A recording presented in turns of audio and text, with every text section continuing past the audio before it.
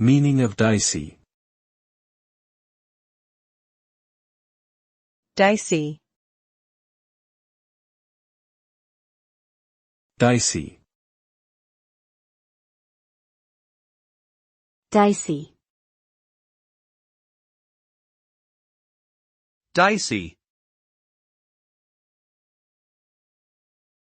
The term dicey is often used to describe a situation that is unpredictable or risky. It can refer to something that is uncertain or unreliable, or to someone who is not trustworthy. The word may be used to describe a range of scenarios, from financial investments to personal relationships. In essence, when something is described as dicey, it suggests that there is a level of uncertainty or risk involved, and that the outcome is difficult to predict. This can create a sense of unease or discomfort for those involved, who may be unsure of how to proceed in light of the ambiguity.